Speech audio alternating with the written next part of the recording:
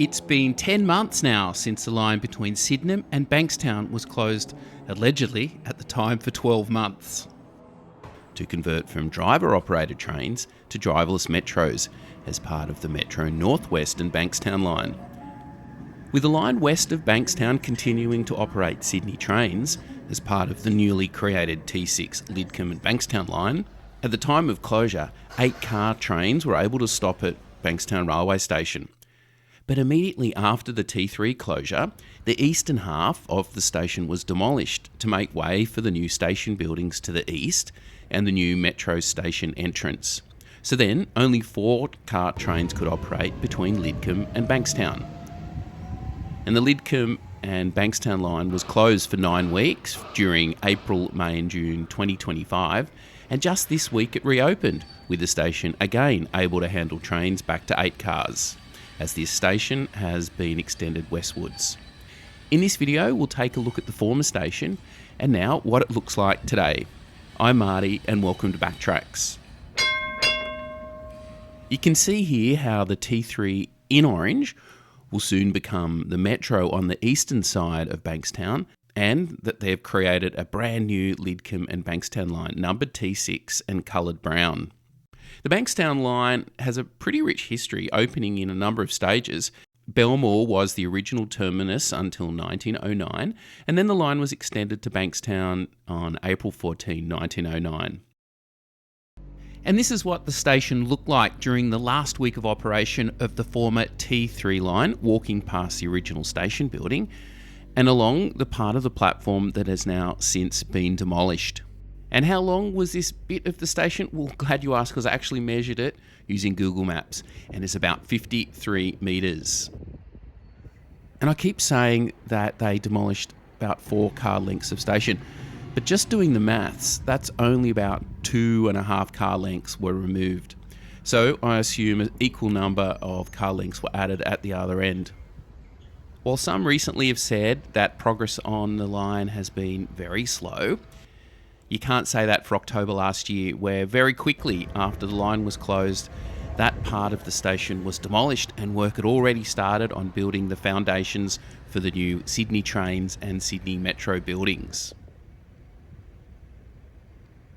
And we'll have a look at what they look like today later in the video. So let's head to the other end of the station, and here it is in its former glory when the station stopped underneath the station overpass.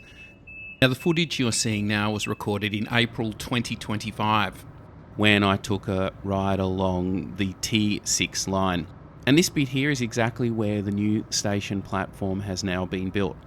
And there was a turn-back section of track just here, which was removed, and instead there's a double crossover further west from the station. So, a couple of days after opening of the new extended Bankstown station, I took a trip to Bankstown.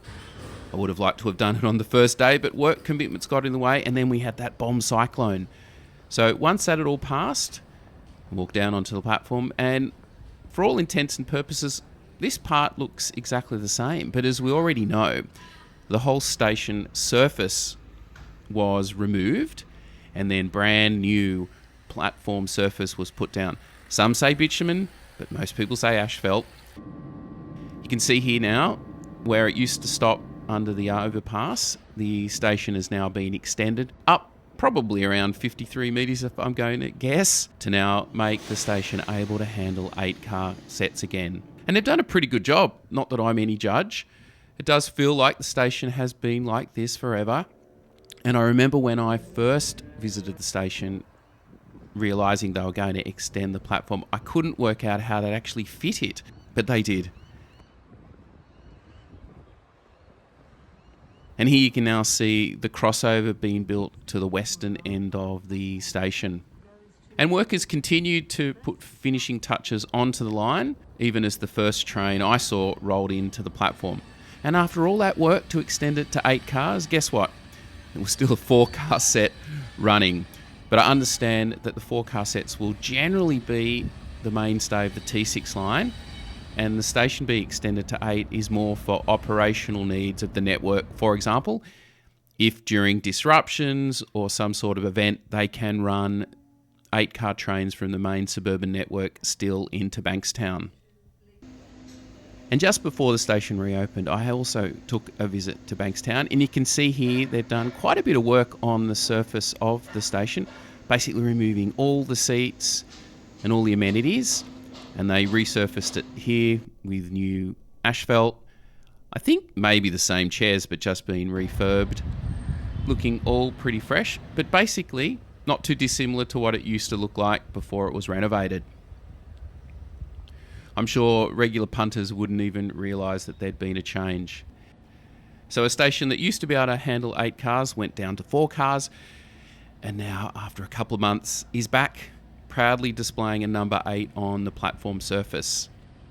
So let's have a look back at the eastern end of the station, and this is the original station just at the time of the line's closure. And now this is what it looks like this week.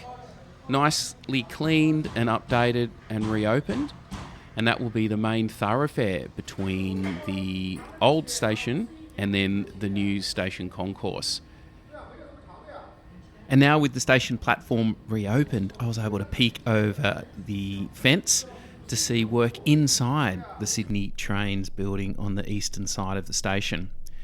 And then looking again at the Sydney Metro station, all the scaffolding's down, and if you can see a little bit closer in the next shot, you can see that it looks like even the gate lines have been installed in the building, and work has now started on the pedestrian concourse linking the two stations and linking north and south of Bankstown.